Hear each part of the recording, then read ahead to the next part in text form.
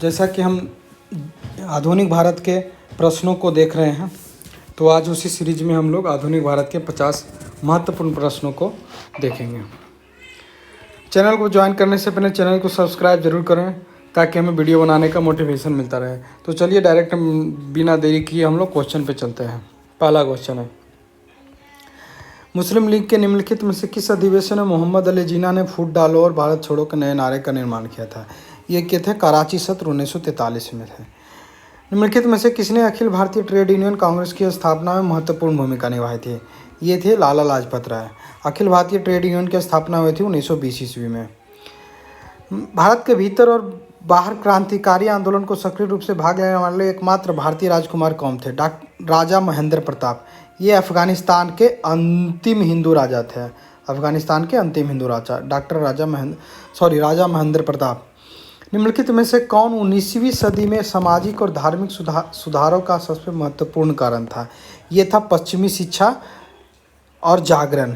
क्योंकि अंग्रेज आए, उससे पश्चिमी शिक्षा आया और लोग जागरूक होने लगे, तो उससे इन लोगों के सामाजिक और धार्मिक सुधारों के बारे में जागरूकता बढ़ने लगे थे। निम्नलिखित में से किसने वाराणसी में सेंट्रल हिंदू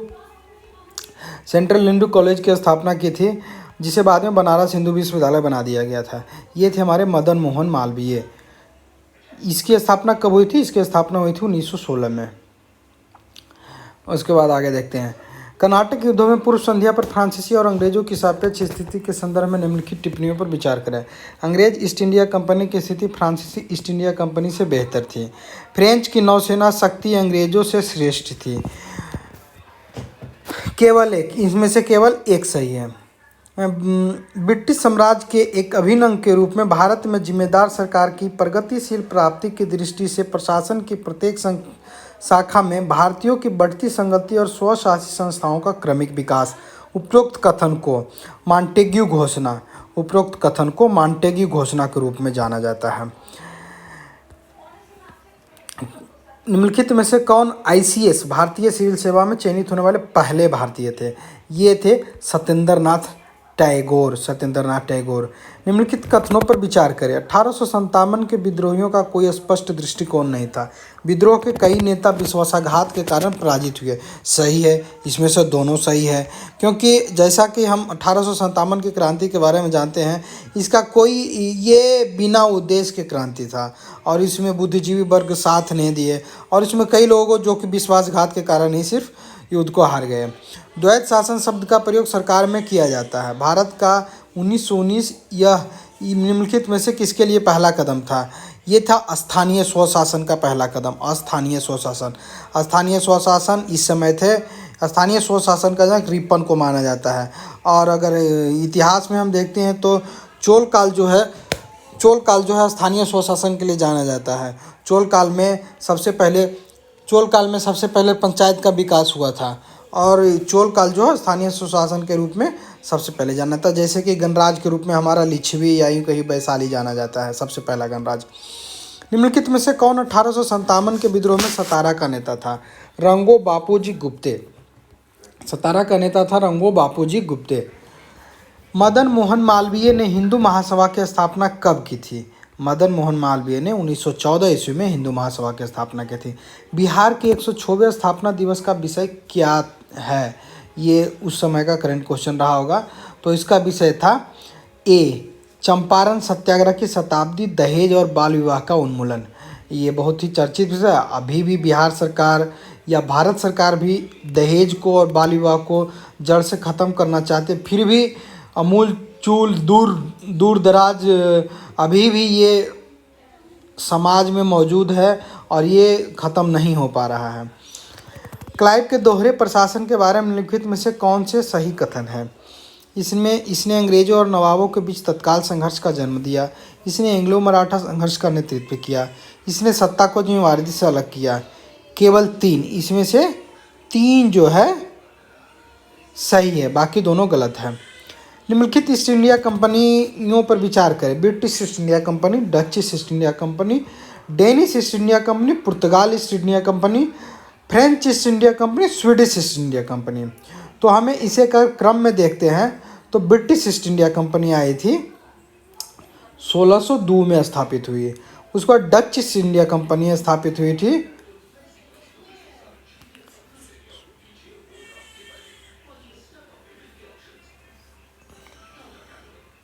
1602 में स्थापित डेनिश ईस्ट इंडिया कंपनी 1602 में स्थापित हुई।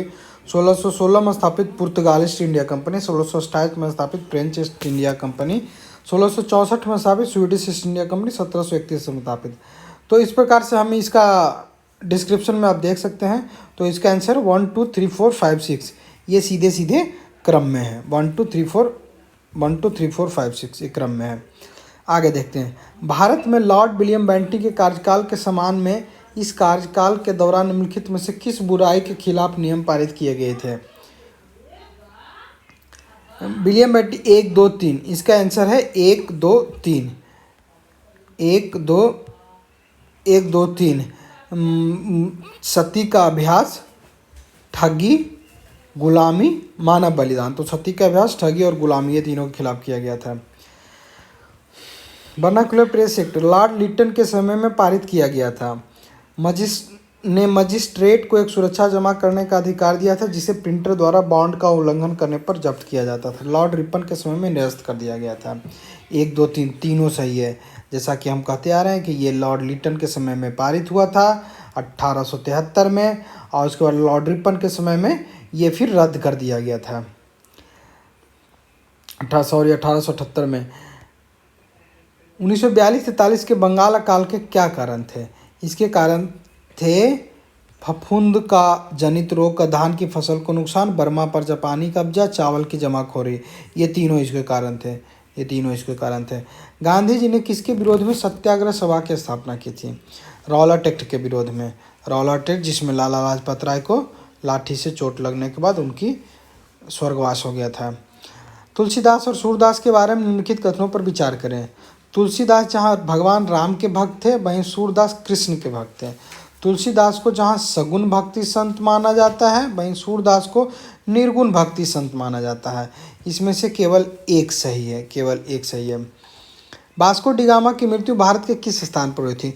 कोची में हुआ था। वास्को डी गामा की मृत्यु कोची में हुआ था। वास्को डी गामा की मृत्यु कोची में 1524 में मलेरिया से हुआ था। उनके मकबरे का नाम सेंट फ्रांसिस चर्च था। बाद में उनके पार्थिव शरीर को 1539 में पुर्तगाल को लौटा दिया गया। जब मीर जाफर को किस वर्ष दूसरी बार बंगाल का नवाब घोषित किया गया?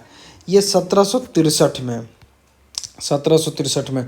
जब मीर कासिम और अंग्रेज़ों के बीच संघर्ष चरम पर पहुंच गया तो मीर जाफ़र को वर्ष 1763 में दूसरी बार बंगाल का नवाब घोषित किया गया। मीर जाफ़र ने उन्हें अपने स्वयं के डस्टुक के साथ अपना व्यापार जारी रखने की अनुमति दी। किसने कहा था कि दोहरे प्रशासन के भ्रम को और अधिक उलझा दिया और भ्रष्टाचार को और अधिक भ्रष्ट बना दिया? ये बोले थे इतिहासकार कुंजी। लॉर्ड हेस्टिंग्स के समय बंगाल में काश्तकारी अधिनियम किस वर्ष पारित किया गया? 1822 ईस्वी में। निम्नलिखित में से किसे खड़क सिंह का वजीर नियुक्त किया गया था? ध्यान सिंह। खड़क सिंह का वजीर नियुक्त किया था ध्यान सिंह। लॉर्ड डलहौजी द्वारा बरार पर कब्जा किस वर्ष हुआ था? 1853 में। बरार पर 1853 में किया था कब्जा। भारत में पहली यात्री ट्रेन निम्नलिखित में से किस गवर्नर जनरल के शासनकाल में चलाई गई थी? लॉर्ड डलहौजी। थाने से मुंबई के बीच में 1853 में। ये थाने से मुंबई के बीच में। निम्नलिखित में से किस वायसराय ने वैधानिक सिविल सेवा की शुरुआत की थी? वैधानिक सिविल सेवा की शुरुआत की थी लॉर्ड लिट्टन। भारत में सिविल सेवा लॉर्ड कॉर्नवालिस द्वारा शुरू की गई थी। वैधानिक सिविल सेवा की शुरुआत लॉर्ड लिट्टन ने की थी।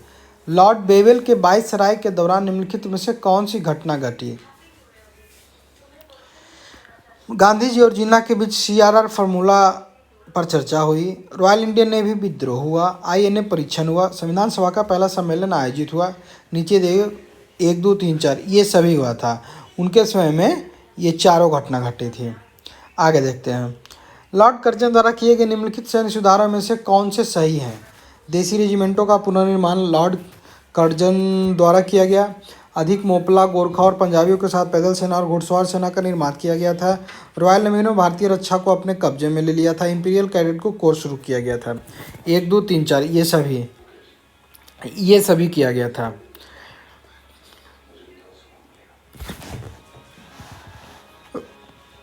सत्येंद्र प्रसन्न सिन्हा किस वर्ष बिहार और उड़ीसा के राज्यपाल बने थे? सत्येंद्र प्रसन्न सिन्हा 1920 में बिहार और उड़ीसा के राज्यपाल बने थे। आगे बढ़ते हैं। निम्नलिखित में से कौन क्रिस मिशन के प्रस्ताव हैं? 1, 2, 3, 4 ये सारे हैं क्रिस मिशन के प्रस्ताव। ये सारे हैं। भारत को प्रभुत्व दर्जा दिया जाना, संविधान सभा का गठन किया जाएगा, कोई प्रांत भारत के प्रभुत्व को शामिल होने से खुद को रोक सकता है, संविधान का मसौदा तैयार होने के लिए भारतीय रक्षा बेटी साथियों में रहेगी। इनमें से सभी। आगे देखते हैं। निम्नलिखित में से किस समय चरण को भारतीय राष्ट्रीय कांग्रेस को उदारवादी चरण के रूप में जाना जाता है? उदारवादी चरण था 1885 से लेकर 1905 तक, जब तक उदारवादियों का हाथों में रहा। याचना और भीख की रणनीति भी उसे बोला गया। और फिर उसके बाद उग्रवादी और उदारवादी से तात्पर्य जहाँ जो लोग की हिंसा में विश्वास करते थे, जैसे सुभाष चंद्र बोस से, बिपिन चंद्र पाल से, तो ये लाल बाल पाल ये तीनों उग्रवादी किस्म के आदमी थे। निम्नलिखित में से कौन सा अधिनियम कांग्रेस के नरमपंथियों के आंदोलन के बाद पारित किया गया था? भारतीय परिषद अधिनियम 1892। निम्नलिखित में से कौन सा स्कूल महिला शिक्षा के आंदोलन का परिणाम था? निम्नलिखित में से कौन सा स्कूल महिला शिक्षा आंदोलन का परिणाम था? बैथुआ स्कूल। दक्कन कृषक राहत अधिनियम किस वर्ष पारित किया गया था? 1879 में। दक्कन कृषक अधिनियम 1879 में पारित किया गया था। निम्नलिखित में से कौन सी पुस्तक एम.एन. राय द्वारा लिखी गई है? निम्नलिखित में से कौन सी पुस्तक एम.एन. राय द्वारा लिखी गई? 1, 2, 3 ये तीनों पुस्तक एम.एन. राय द्वारा। संक्रमण में भारत, भारतीय राजनीति का भविष्य और चीन में क्रांति और प्रतिक्रिया, ये तीनों एम.एन. राय द्वारा लिखी गई है। निम्नलिखित में से कौन सबसे महान पुर्तगाली गवर्नर था जिसने भारत में पुर्तगाली शक्ति की वास्तविक नींव रखी थी? ये थे अल्बुकर्स। वारेन हेस्टिंग्स के नेतृत्व में निम्नलिखित में से किस शक्ति के विरुद्ध युद्ध में रिंग बांड की नीति लागू की गई थी? सी दोनों, मराठा और मैसूर, ये दोनों के खिलाफ रिंग फेंस की नीति लागू की गई थी। निम्नलिखित में से कौन समान संघ की नीति की सही समय से रेखा? 1935 से 1947। 1935 से 1947।